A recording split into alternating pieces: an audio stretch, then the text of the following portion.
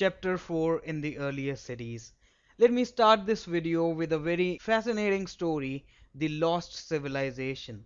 And to make this story more interesting, let me take you 150 years back when the India was colonized by the Britishers. It was 1853 that the railways got introduced by the Britishers in India, and the first railway link was between Bombay to Thane. The network was spreading all over India in all directions, and it was turn of Punjab when the link was coming to that place. Let me tell you, by this time there was no word as Pakistan, and the partition was not at all there, and the size of Punjab was this much instead of this much. Well, the railways were getting constructed everywhere, and by this time the laborers saw several building structures which were fully bricked. They took all those bricks instead of making the new one, and they consumed all those bricks to construct their own houses or to construct the railway line and the link and all those buildings that were necessary. Well, it took some 70 years for the archaeologists to describe this as a discovery of a lost civilization by those laborers, as they have found a city called as Harappa, a very famous city of the Indus Valley civilization was now in front. Now the archaeologists have taken the history of India by some 5,000 years back. It was a great leap, and by this time they discovered the whole lot of civilization which is called by this name as the Indus Valley civilization. It was a great leap in front of all the archaeologists. They found several sites and several cities which were all constructed. It included the Harappa, the Kalibanga, the Mohenjo-daro, the Lothal, Dholavira, and a whole lot of stuff, which was nothing less but a miracle in front of the archaeologists. No wonder those laborers did make a damage to that particular city, but still a lot was to be discovered. Now let us see what was so special about these cities. The archaeologists have found that these cities were made in a specific pattern. Most of the cities were divided into two parts, east and west, where the eastern part was a lower city and the western part was called as the citadel by the archaeologist. And they have also found that the citadel was higher than the lower city. They did see that the city was made with an interlocking pattern of several bricks. As you can see, I have created this model of that city. Here several bricks are being used. The houses are constructed by those bricks itself, and the city was covered with a boundary wall too. And those bricks were so strong as they were big, they was usable even by now, as we have already seen that those laborers were using it. Those buildings were really special. Many of the buildings used in the Indus Valley civilization, as we have seen all these areas, many of the buildings here had special kind of things created. For example, we have seen in Mohenjo-daro that there was a huge tank. Archaeologists have discovered a huge tank which they call it as a great bath. What was so specific about the great bath was all over it was rooms.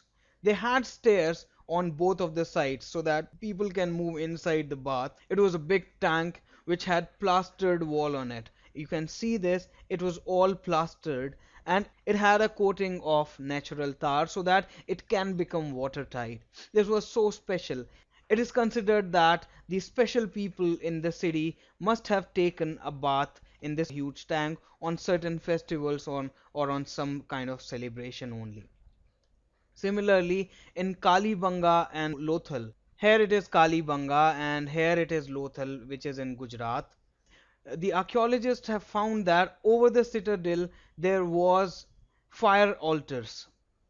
Fire altars were kind of structures where it is considered that the sacrifices could have been performed. Similarly, the archaeologists have found storehouses which are quite elaborate in these three cities, namely Mohenjo-daro, Harappa, and Lothal. And in many cities, they have also discovered the covered drains, which was a new thing found in any of the civilization all over the world. Let us see how the houses, drains, and the streets were made in these cities. The houses were really special. It has been found that they were 1 to 2 stories high. The rooms were built around courtyard. People knew the importance of a courtyard. Also, most of the houses had a separate bathing area so that they can bath in private, and also few of the houses do have wells to supply the water, and the houses which do not have wells, they have certain kind of tanks so that they can store water for their future needs. The drains were also very special. Many of the cities had covered drains which were carefully laid in straight lines. They all were covered and geometrically patterned. Each drain had a gentle slope so that water could move with the flow of gravitation. And also the drains were connected from the house, and from the house drain to the street drain, and then to the small drain indirectly to the bigger drain. These houses are connected with this maroon drain which is called as the house drain, and then discharge was taken all over from the street drain. Here this green color is for the street drain, then to the small drain, and then later to the bigger drain which is here, which was covering the whole city. And similarly the streets were also found in a great shape as they were made in a geometrical pattern straight, and it is considered that the streets, drains and the houses were all planned at the same time. Now let's talk about the life in the city. Harappan city must have been a very busy place. There were special building construction planners. We believe that they could be the rulers of the city too. It is likely that the rulers must have sent people outside to bring some precious metal to their town or to collect certain beads or other kind of raw material.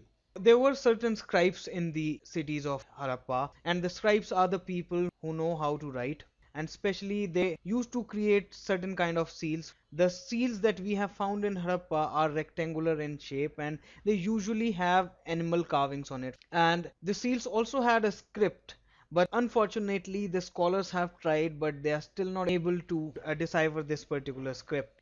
Well, apart from the scribe, there were craftsperson, including men and women, which used to do all kinds of work inside their homes or maybe in some workshop in the city. And apart from that, there were travelers who used to move in and around the city. They may used to bring certain kind of things which never belonged to the city, or they may used to take certain kind of things which were from the city. Here is an image of the city road. This is the city road, and accompanying this is a drain here, which we have already talked about. And also this is a well that has been found in the Harappan city.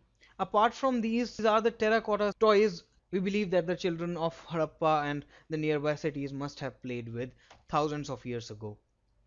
Now let's talk a little about the new crafts in the city, or the crafts that were there in the Harappan cities. The things that we have found are either of stone or made up of shell or metal. And in metals it was either copper, bronze, gold or silver. Iron was not used in these sites as we haven't found any kind of traces.